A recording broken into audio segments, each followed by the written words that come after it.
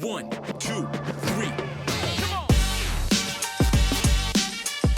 After a great evening at the S Bar the night before, I was heading to the Stripsteak. Stripsteak Las Vegas is one of 3 locations in the US, with Waikiki and Miami being the other 2.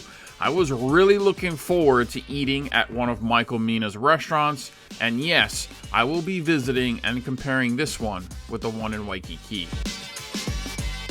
This location had a unique design that kind of evokes the nearby Mojave Desert. The vibe is casual throughout, but the food is anything but that. I really liked the liquor wall that they had. I got some great shots of that, just the great presentation. There's also a place where you can go and view some of the beef that's still hanging. I had a reservation at 7 o'clock, and this place was just getting busy at about that time. The service I had here was excellent. The waiter and the busser were casual professional, and they really knew their stuff.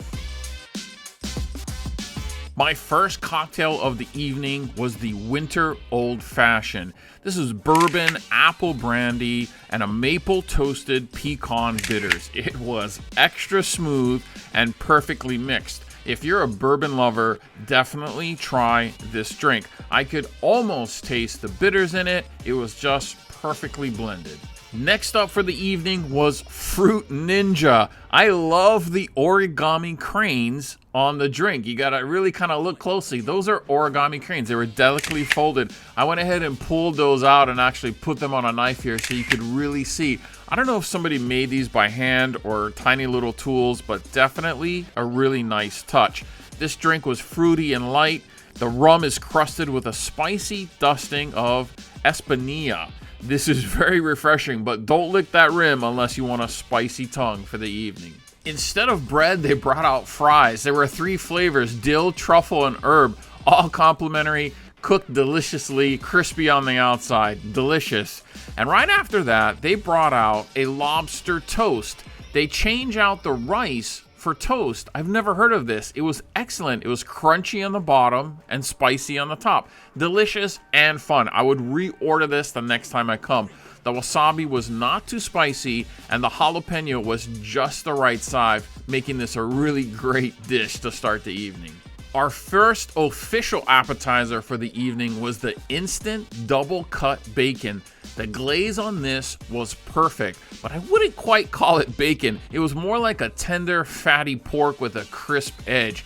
Almost bacon, but not quite. Next up for an appetizer, we went for the Truffle Cornbread. This cornbread was moist and flavored. I'm not a fan of truffle flavored butter, but others said they like it, and it was very delicate. If you're a big fan of cornbread and truffle, give it a try. When I saw the spicy pork belly fried rice, the local boy in me knew I had to order this. This had a nice heat through everything. The rice was cooked evenly throughout. A couple of pieces of the pork belly were quite large, but all in all, the mix of vegetable and pork was excellent. This is a unique combo that went perfect with my steak, but even better with the miso glazed sea bass. The miso glazed sea bass. That's right, fish at a steakhouse. Go ahead and sue me, but it was the best dish of the night.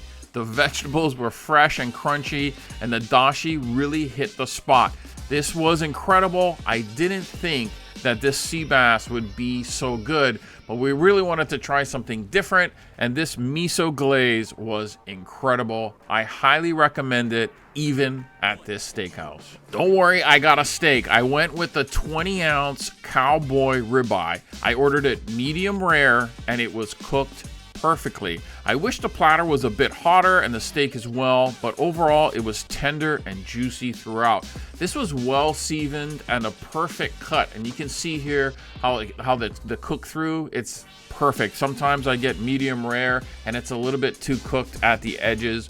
This one was perfectly cooked all the way from top to bottom, end to end. An excellent steak. So between the truffle fries, the lobster roll, and the cornbread, I just didn't have any room for dessert. Maybe next go around I will, but hey, here's some shots of the menu. Take a look. See if there's anything unique you want to see. I encourage you to go to their website, because Michael Mina puts out a newsletter and he shares tips and instructions on how to cook restaurant quality food at home, something pretty unique. So check that out. Hey, I went to the other side of Mandalay Bay the next morning to the Border Grill to try out their breakfast buffet.